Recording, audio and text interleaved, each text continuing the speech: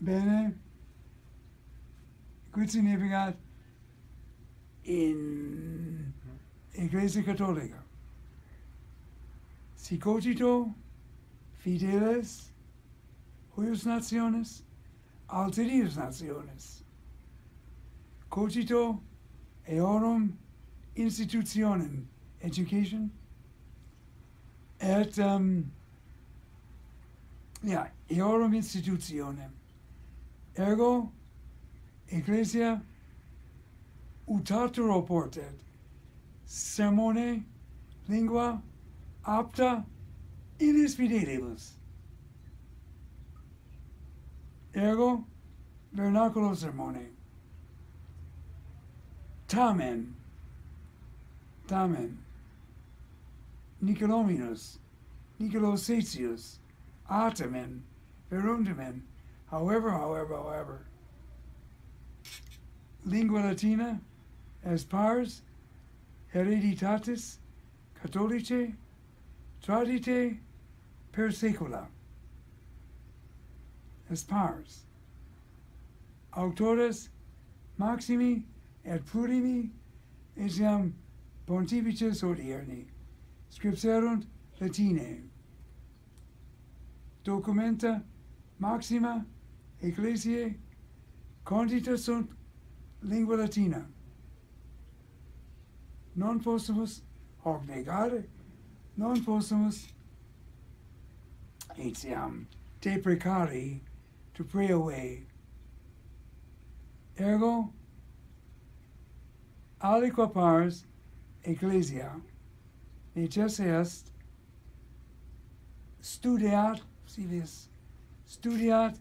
his fontibus, studiat his monumentus, cognoscat historiam ecclesiae, et haec omnia continentur are held together sermone Latino. Sive volumus, sive nolumus, non possumus mutare historia. Non, nobis hodie viventibus, lingua Latina necessaria est ad culturam, ad disciplina, ad institutionem educationem nostram. Ergo, si hoc facere volo, necesse est peritissimus sim lingua Latine. Si hoc facere volo, possumus manere in ecclesia esse sanctissimus et optimus et maximus fidelis in ecclesia sine lingua Latina. Si volo cognoscere ecclesiae historiam, si volo percipere sensum ecclesiae per secula, opus est lingua Latina. Ergo, quid liturgia? Sunt partes pulcherrime liturgiae in missa et in aliis ritibus. Bene, si fideles intellegunt, sicut nonnumquam intellegunt, gloria in excelsis Deo, iam intellegunt. Si intellegunt, et si volunt, adibiamus lingua Latina.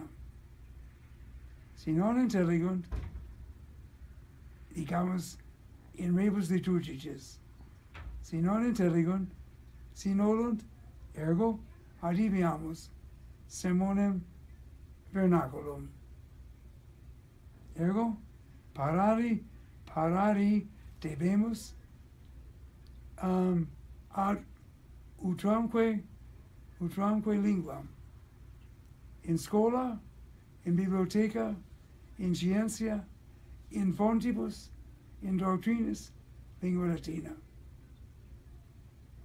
In cultu et usu fidelium, vernacular lingua. Ergo, a missa ferias, lingua latina in ecclesia. Feriam in missa est, a missa. In scholas, seminarios, negligitur. Sacerdotes juniores, ignorant plane, lingua latina. Sed, cum aliquo damno, a certain loss, cum aliquo detrimento, we're losing something. Non mea culpa. Sed eorum stultitia et stultiditate, thickness. Ergo amissimus plurima, praesertim in scholis nostris. Nobis vivis, postea, quid sit futurum, non prevideo, timeo, et dubito previdere, quid sit futurum.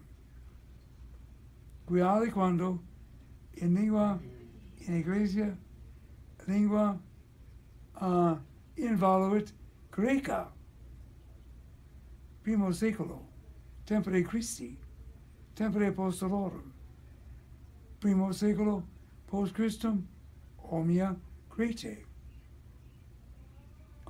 concilia et cetus maximi habiti sunt lingua Greca. Deinde, iam orbe, tota orbe, loquente Latine, usus lingua Latine, inductus est, orvel toleratus est, et imperatus est, in ecclesia.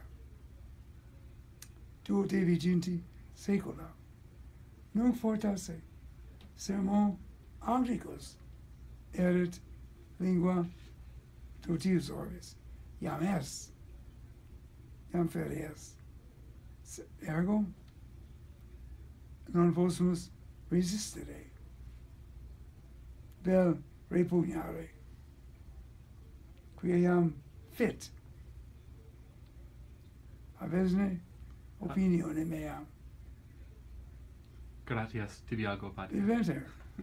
Eventer.